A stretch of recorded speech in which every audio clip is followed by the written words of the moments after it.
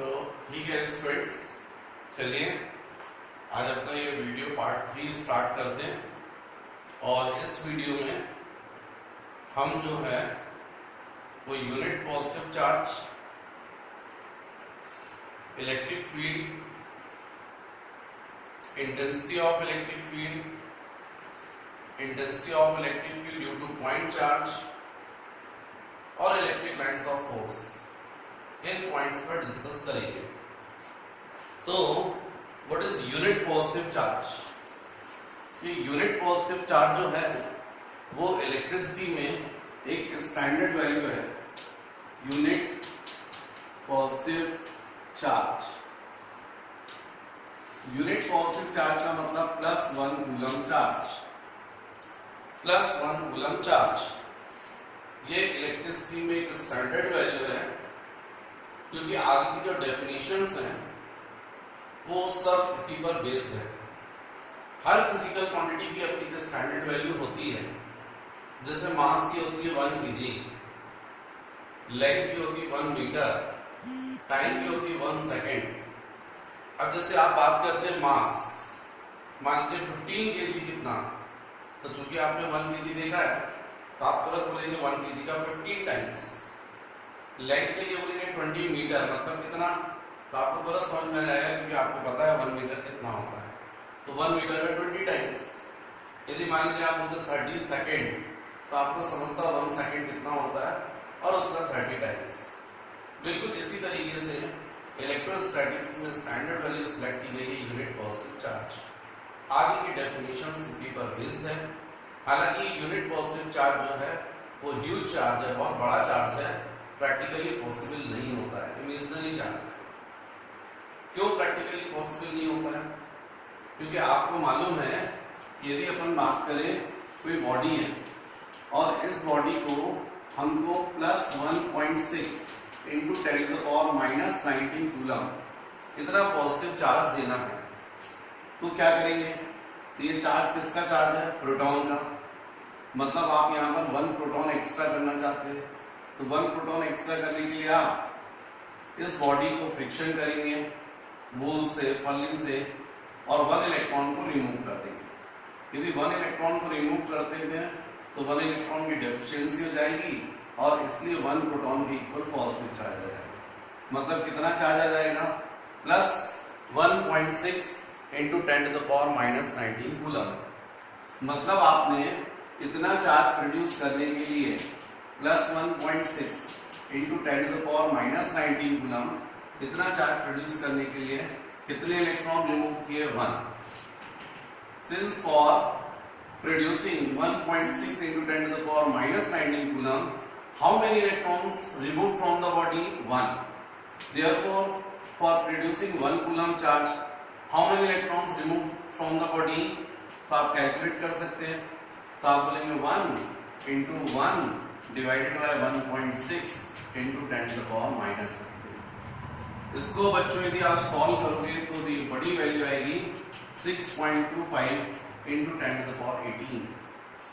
ये बहुत बड़ी वैल्यू है। इतने सारे इलेक्ट्रॉन्स को किसी बॉडी से रिमूव करना टफ है, इसीलिए यूनिट पॉजिटिव चार्ज है वो प्रैक्टिकली पॉसिबल नहीं होगा। या आप इसी चीज को प्रिंसिपल ऑफ क्वांटिजेशन से समझ लीजिए, क्योंकि प्रिंसिपल ऑफ क्वांटिजेशन से आप क्या बोलते हैं? Q = ±NE। What is Q? Charge occurs on the body। अब यदि बॉडी पर चार्ज में बोल रहा हूँ 1, N क्या है? Number of electrons remove from the body, तो N into of E मतलब चार्ज ऑन इलेक्ट्रॉन 1.6 × 10⁻⁻19। यदि इससे सॉल्व करोगे तो N = 1/1.6 × 10⁻⁻19। इसको सॉल्व करोगे तो जाएगा 6.25 × 10⁻18। तो इतना सारे इलेक्ट्रॉन्स को किसी बॉडी से रिमूव करना टफ है, और यही वजह है कि यूनिट पॉजिटिव चार्ज जो है वो इमेजिनरी है। लेकिन फिर भी हम लोग डिफाइन करते हैं। तो डिफाइन करने के लिए हम लोग क्या करते हैं? तो डिफाइन करने के लिए हम लोग कूलम्ब्स इनवर्स स्क्वायर लॉ का सपोर्ट करते हैं।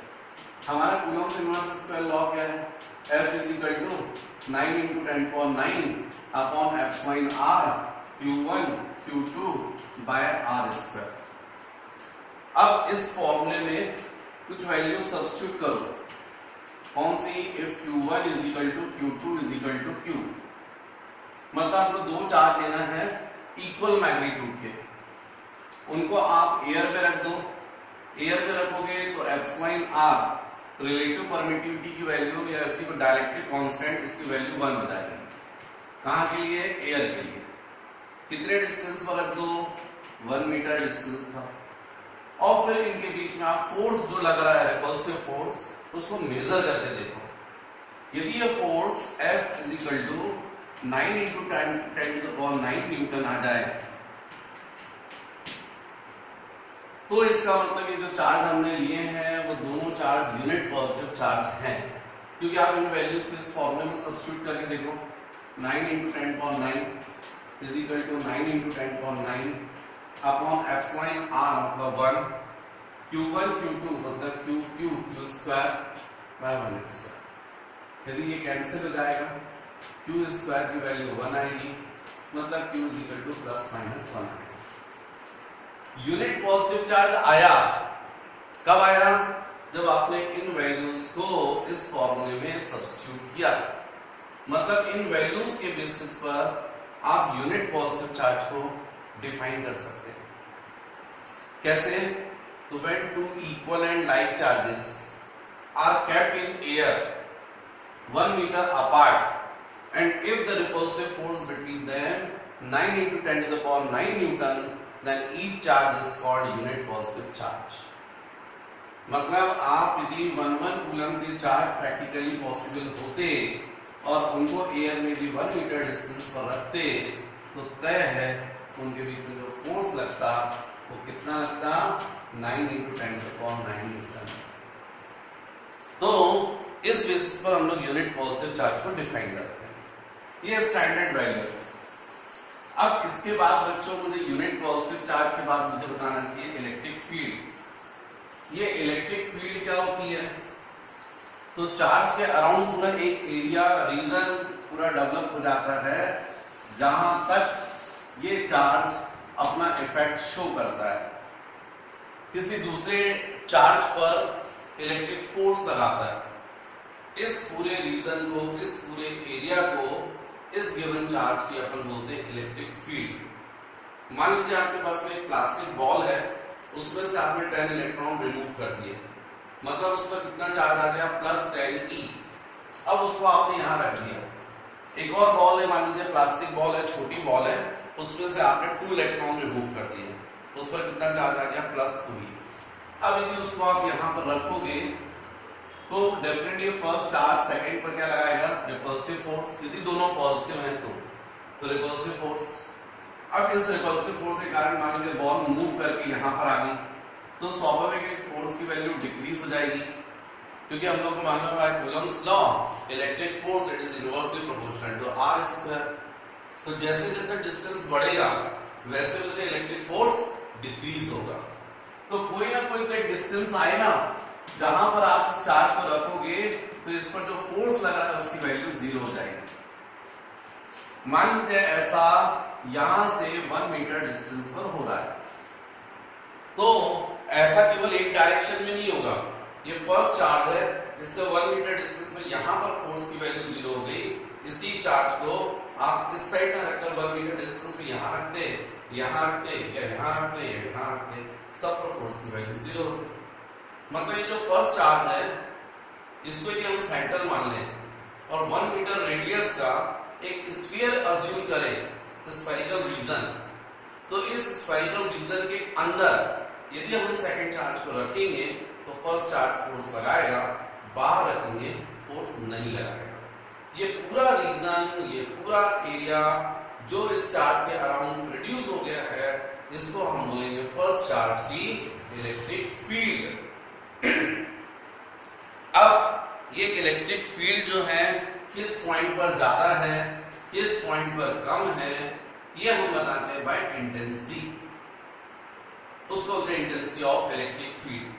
बिल्कुल ये तो वैसे हो रहा है जैसे ग्रेविटेशनल फील्ड होती है ना, किसी चार्ज के अराउंड पूरा एक एरिया डेवलप हो जाता है जहां पर वो ग्रेविटेशनल फोर्स लगाता है। बिल्कुल वैसे ही एक्चुअली में किसी चार्ज के अराउंड पूरा एक एरिया डेवलप हो जाता है जहां तक ये इलेक्ट्रिक फोर्स लगाता है। पर अब इस चार्ज के क्लोज यहां पर पॉइंट है, इस पॉइंट पर इलेक्ट्रिक फील्ड का मैग्नीट्यूड कितना है, कितना फोर्स लग रहा है, इसको अपन शो करते हैं by intensity of electric field. तो नेक्स्ट मुझे वही बताना चाहिए आपको, इंटेंसिटी ऑफ इलेक्ट्रिक फील्ड को हम E से डिनोट करते हैं। तो intensity of electric field at any point, तो जहां भी आप जिस पॉइंट पर रखें, यहां पर आप टेस्ट चार्ज को रख लीजिए। टेस्ट चार्ज उसको बोलते हैं जिसके ऊपर आप टेस्टिंग कर सकते हैं। जैसे मैंने बोला था फर्स्ट बॉल जो है उसमें से आपने 10 इलेक्ट्रॉन रिमूव किए, तो उस पर कितना चार्ज आ गया था, +10। सेकंड बॉल मैंने बोला था छोटी ले लीजिए, उसमें से 2 इलेक्ट्रॉन निकाल लीजिए, तो उसको +2 ही आ गया। अब उसी सेकंड बॉल को हमने यहाँ रखा है, उसके ऊपर फर्स्ट बॉल से कितना फोर्स लग रहा है उसकी हम टेस्टिंग कर रहे हैं, तो इसलिए इसको बोलेंगे टेस्ट चार्ज। अब इसको टेस्ट चार्ज की वैल्यू +2E ना बोलकर मैंने नोटेशन यूज किया है Q0। तो ये फर्स्ट चार्ज जो है इस पर फोर्स जितना भी लगा रहा है आप इसको मेजर कर सकते हैं। मान लीजिए Q0 पर फोर्स लगा है F। यदि आप यहाँ पर यूनिट पॉजिटिव चार्ज को रखते, यदि होता और आप रखते, तो उस पर कितना फोर्स लगता, F/Q0। तो F भी फोर्स है और ये भी फोर्स है, लेकिन ये फोर्स है ऑन टेस्ट चार्ज और ये फोर्स है ऑन यूनिट पॉजिटिव चार्ज। और यूनिट पॉजिटिव चार्ज पर जो फोर्स लगता है उसी को बोलते हैं इंटेंसिटी ऑफ इलेक्ट्रिक फील्ड। इसको हम डिनोट करते हैं बाय कैपिटल E। तो बुक में तो बच्चों डायरेक्ट फॉर्मूला लिखा है E = F/Q0। बुक में डायरेक्ट फॉर्मूला लिखा है E = F/Q0। ये कैसे डेवलप हुआ ये मैंने आपको समझाया है। पर यदि आपको फॉर्मूला याद हो जाए, फॉर्मूला याद इसलिए हो जाएगा क्योंकि आप न्यूमेरिकल्स बहुत करेंगे, जब न्यूमेरिकल्स बहुत करेंगे तो ऑटोमेटिकली फॉर्मूले याद हो जाएंगे। और जब फॉर्मूला याद हो गया तो इस फॉर्मूले की बेसिस पर भी आप डेफिनेशन दे सकते हैं। कभी भी डेफिनेशन देनी है तो आप एक मेन फिजिकल क्वांटिटी को छोड़कर बाकी सब क्वांटिटीज को 1 कर लीजिए और उसके बेसिस पर डेफिनेशन बन जाती है, क्योंकि जिस क्वांटिटी को आपको डिफाइन करना है वो उस मेन क्वांटिटी के इक्वल हो जाती है। जैसे इस फॉर्मूले में मान लीजिए हमने डिनोमिनेटर को टेस्ट चार्ज को 1 कर दिया, इफ Q0 = 1। ये टेस्ट चार्ज कितना है, यूनिट पॉजिटिव चार्ज, तो फिर E क्या होगा, F। मतलब यहां से आप डेफिनेशन दे सकते हैं, इसके बेसिस पर आप डेफिनेशन जो है वो दे सकते हैं। क्या डेफिनेशन देंगे, intensity of electric field at any point is equal to the force experienced by unit positive charge when placed at that point। किसी पर्टिकुलर पॉइंट पर इंटेंसिटी, उस पॉइंट पर यदि हम यूनिट पॉजिटिव चार्ज को इमेजिन करें तो उस पर जितना इलेक्ट्रिक फोर्स लगता है उसके इक्वल होती है। Intensity of electric field at any point is equal to the force experienced by unit positive charge when placed at that point। तो इस तरीके से यहाँ पर डेफिनेशन बनेगी। अब यदि हम लोग यहाँ पर इस इंटेंसिटी ऑफ इलेक्ट्रिक फील्ड के लिए बात करें तो ये वेक्टर क्वांटिटी है। क्यों, क्योंकि मालूम है आपको E = F/Q0 और F जो है वेक्टर है, तो इंटेंसिटी ऑफ इलेक्ट्रिक फील्ड भी क्या होगी, वेक्टर क्वांटिटी। तो intensity of electric field it is a vector quantity, और इसका जो डायरेक्शन होता है वो हमेशा होता है from positive charge to negative charge. क्योंकि आप यहाँ पर एक पॉजिटिव चार्ज रख दें और एक नेगेटिव चार्ज रख दें, इस पॉइंट पर इंटेंसिटी आपको बताना है तो आपको तुरंत यहाँ per unit positive charge imagine करना पड़ेगा। ये फर्स्ट पॉजिटिव चार्ज को रिपेल करेगा, नेगेटिव चार्ज को अट्रैक्ट करेगा। इन दोनों की वजह से इसमें जो नेट फोर्स लगेगा वो इस साइड लगेगा, इस साइड का मतलब +2 - यूनिट पॉजिटिव चार्ज पर जो फोर्स लगता है उसी को हम लोग बोलते हैं इंटेंसिटी। इसलिए intensity of electric field it is a vector quantity and its direction is always from positive charge to negative charge. अब हम लोग इसका डायमेंशनल फॉर्मूला निकाल सकते हैं। तो डायमेंशनल फॉर्मूला क्या होगा, E is equal to F upon Q not.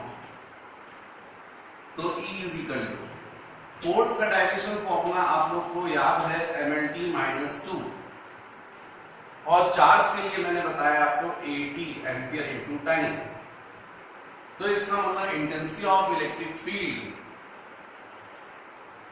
इसके लिए अपन बात करें तो इसका डायरेक्शनल फॉर्मूला होना चाहिए m l t minus 3 a minus 1 a minus. Next यदि अपन इसकी यूनिट्स बोले 4 यूनिट्स, तो इन सीरियस सिस्टम फॉर्मूले के बेसिस पर हो जाएगा डाइन्स पर स्टेट कूलम्स, डाइन्स पर स्टेट कूलम्स। यही चीज हम एसआई सिस्टम में बोले यूनिट, तो हम बोलेंगे न्यूटन पर कूलम, न्यूटन पर कूलम। और वोल्ट्स पर मीटर, वोल्ट्स पर मीटर, वोल्ट्स पर मीटर भी होती है। ये आगे इलेक्ट्रिक पोटेंशियल में मैं बताऊंगा आपको, पोटेंशियल ग्रेडियंट होता है, तो वहां पर फॉर्मूला होता है E is equal to del V upon del X। del V मतलब पोटेंशियल डिफरेंस, और इस पोटेंशियल डिफरेंस को अपन वोल्ट्स में मेजर करते हैं। del X मतलब डिस्टेंस, तो मीटर में, तो वोल्ट्स पर मीटर ऐसा आता है। कल को मैं डिस्कस वहां पर जब अपन करेंगे तब। तो इस तरीके से ये जो मैंने आपको जो बताया हो गया इंटेंसिटी ऑफ इलेक्ट्रिक फील्ड। अब नेक्स्ट यदि अपन लोग डिस्कस करें तो मुझे बताना चाहिए intensity of electric field at any point due to point charge.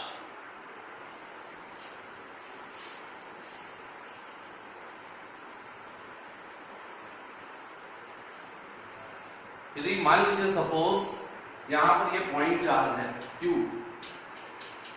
अब ये पॉइंट चार्ज तो आप प्रोड्यूस कर सकते हैं ना, प्लास्टिक बॉल ले लीजिएगा, उसमें से इलेक्ट्रॉन्स रिमूव कर दिए, 10 इलेक्ट्रॉन रिमूव कर दिए तो प्लस 10, उसी को तो अपन कैपिटल Q बोल रहे हैं, मतलब Q की वैल्यू हो जाएगी प्लस 10E। अब इससे r डिस्टेंस पर यहां पर हमको बताना है intensity of electric field, intensity of electric field. तो अभी आप यहां पर टेस्ट चार्ज रख दीजिए। यदि टेस्ट चार्ज रखते हैं तो फर्स्ट चार्ज इसके ऊपर क्या लगाएगा, फोर्स लगाएगा, और इसलिए इस पर्टिकुलर पॉइंट पर इंटेंसिटी जो होगी फॉर्मूले के accordingly E is equal to F upon Q not. What is F? Force experienced by test charge. तो कितना फोर्स लगेगा, F इज इक्वल टू, तो हमको क्लियर है 1 upon 4 pi epsilon not epsilon r into Q not upon r square by Coulomb's law. अब इस value को यहां सब्स्टिट्यूट कर दोगे तो E is equal to 1 upon 4 pi epsilon not epsilon r Q into Q not upon r square upon Q not. ये Q not cancel हो गया, और इस तरीके से इस पर्टिकुलर पॉइंट पर इंटेंसिटी का फॉर्मूला मिला E is equal to 1 upon 4 pi epsilon not epsilon r into Q upon r square. मतलब किसी पॉइंट चार्ज से r डिस्टेंस पर जो इंटेंसिटी होती है उसका फॉर्मूला होता है 1 upon 4 pi epsilon not into epsilon r into Q by r square. Q मतलब मैग्नीट्यूड ऑफ चार्ज, r मतलब distance of a point from the point charge, epsilon not permittivity of free space, and epsilon r relative permittivity और dielectric constant. Next बच्चों यदि मैं बताना चाह रहा हूं आप लोग को, तो मुझे बताना चाहिए आप लोग को इलेक्ट्रिक लाइंस ऑफ फोर्स। ये इलेक्ट्रिक लाइंस ऑफ फोर्स क्या होती हैं? ये इलेक्ट्रिक लाइंस ऑफ फोर्स जो होती हैं वो इनविजिबल होती हैं, हमको दिखाई नहीं देती हैं, इसलिए इनको इमेजिनरी लाइंस भी बोलते हैं। जैसे मैग्नेट होता है ना, मैग्नेट के around magnetic lines of force होती हैं, इनविजिबल होती हैं, दिखाई नहीं देती हैं। भाई आप मान लीजिए सपोज मैं आपसे बोलूं ये डस्टर है, अब इस डस्टर को मान लीजिए मैं यहां से हाथ करके ऐसे ऐसे करके पकड़ना चाह रहा हूं, क्या ये मेरे पकड़ में आ जाएगा? नहीं आएगा। पर इसी डस्टर को मैं बहुत सारे थ्रेड से बांध दूं जो बहुत फाइन हो, पतले पतले हो, जो बिल्कुल इतने बारीक कि आप दिखाई नहीं दे रहे, और फिर पकड़कर खींचूंगा तो खींच जाएगा। तो बिल्कुल मैग्नेट भी वैसे ही करते हैं। मैग्नेट होता है, यहाँ मैग्नेटिक सब्सटेंस होता है, मैग्नेट से मैग्नेटिक लाइंस ऑफ फोर्स निकलती हैं, वो जाके पकड़ती है उसको और खींचती है। जैसे वो स्पाइडरमैन का आता है ना आपको, तो आप लोग बोलते हैं ऐसे छोड़ता है तो वहां से उससे लाइंस निकलती हैं और किसी भी चीज को पकड़ती है, बिल्कुल वैसा। तो ये जो इलेक्ट्रिक लाइंस ऑफ फोर्स जो होती हैं वो इमेजिनरी लाइंस होती हैं। जैसे यदि हम बात करें तो यदि मान लीजिए यहाँ पर बिग पॉजिटिव चार्ज है, यहाँ पर बिग नेगेटिव चार्ज है, तो electric lines of force +2 - move करती है ऐसे ऐसे।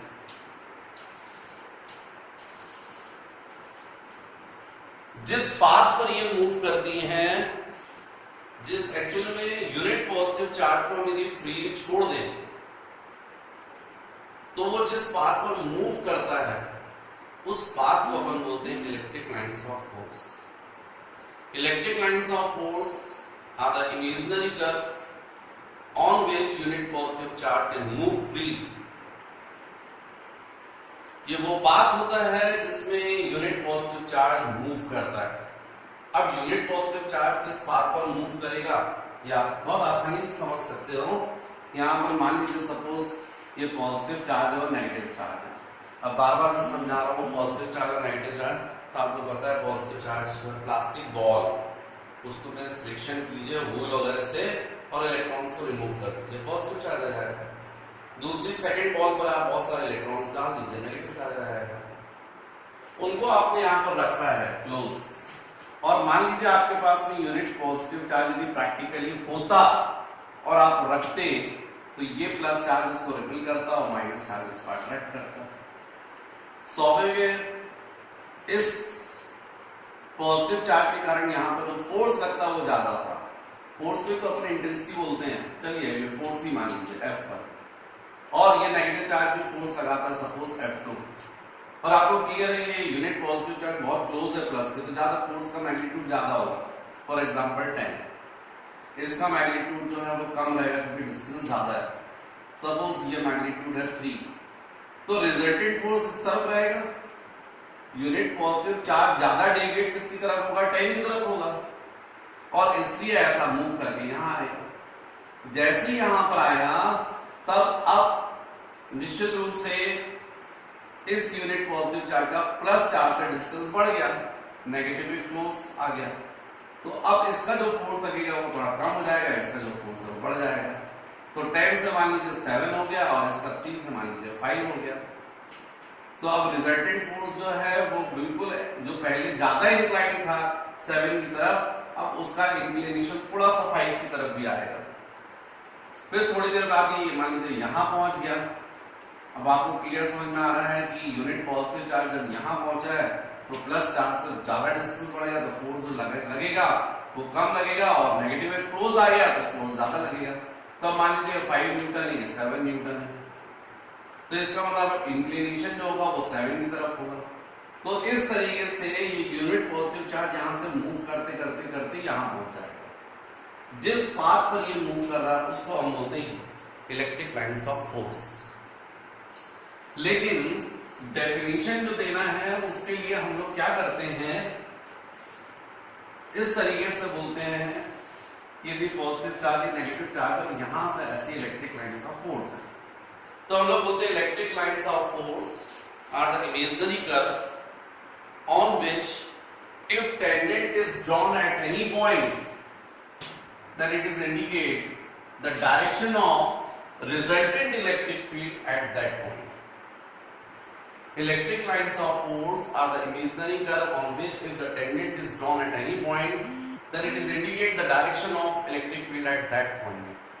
अब direction of electric field किसको बोलोगे? तो force experienced by unit positive charge। मतलब यदि यहाँ से यूनिट पॉजिटिव चार्ज रखते हो 1 कूलम, तो उस पर रिजल्टेंट फोर्स जो लगेगा टेंजेंट के डायरेक्शन में।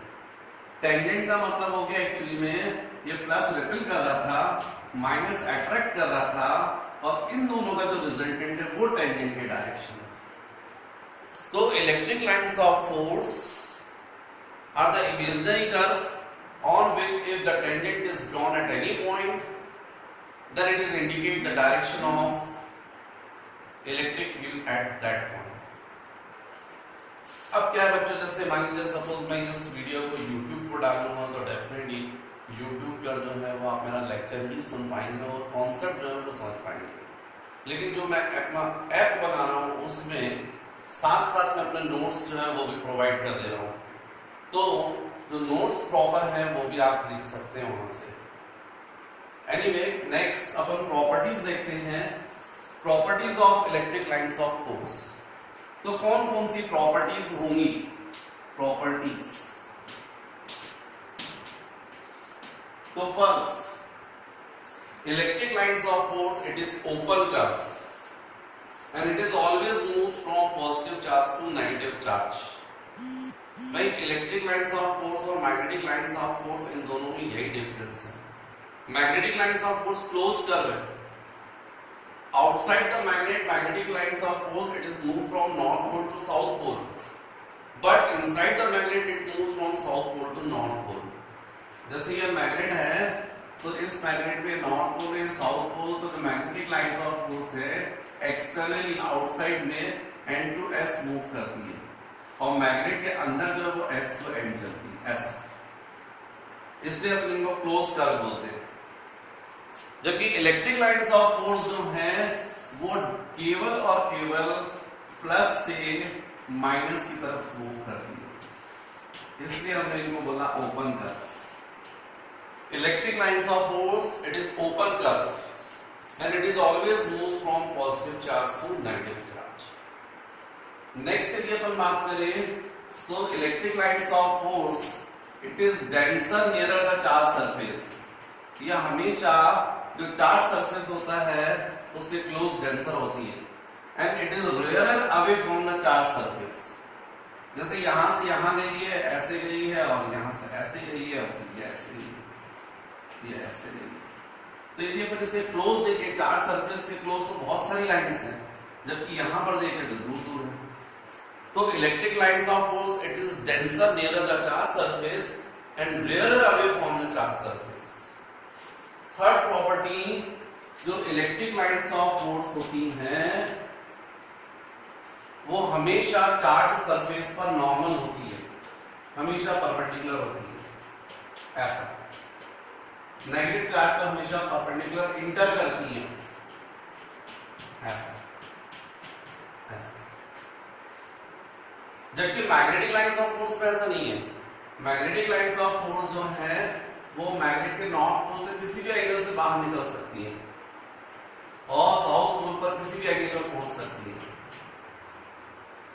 जबकि इलेक्ट्रिक लाइंस ऑफ फोर्स के साथ में ऐसा नहीं है, it is always normal at the charge surface.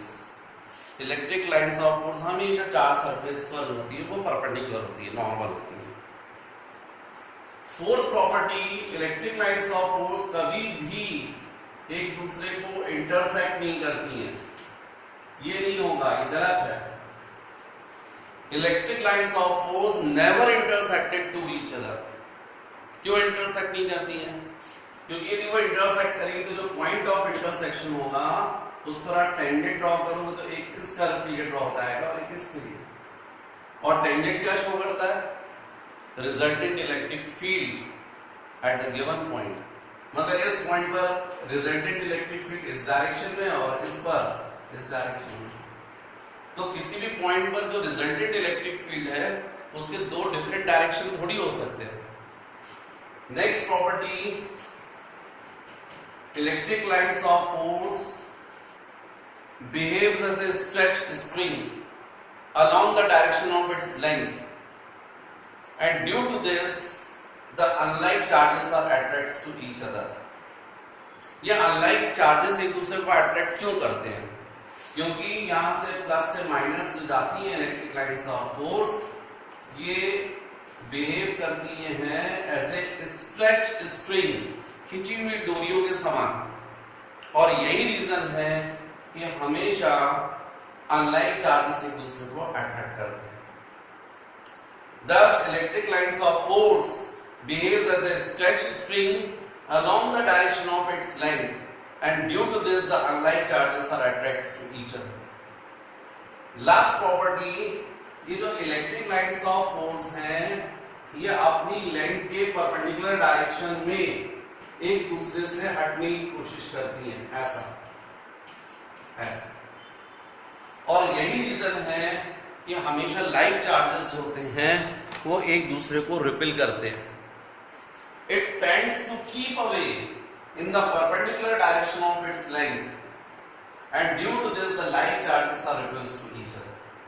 भाई क्वेश्चन आता होगा दिमाग में कि लाइक चार्जेस एक दूसरे को रिपेल क्यों करते हैं? उसका रीजन है कि यदि प्लस है तो यहाँ से इलेक्ट्रिक लाइंस ऑफ फोर्स निकलेंगी, ये अपनी निकलेंगी और अपने लेंथ के परपेंडिकुलर डायरेक्शन में एक दूसरे को दूर करती हैं, रिपल्सिव फोर्स लगाती हैं। और यही रीजन है कि हमेशा लाइक चार्जेस होते हैं वो एक दूसरे को रिपेल करते हैं।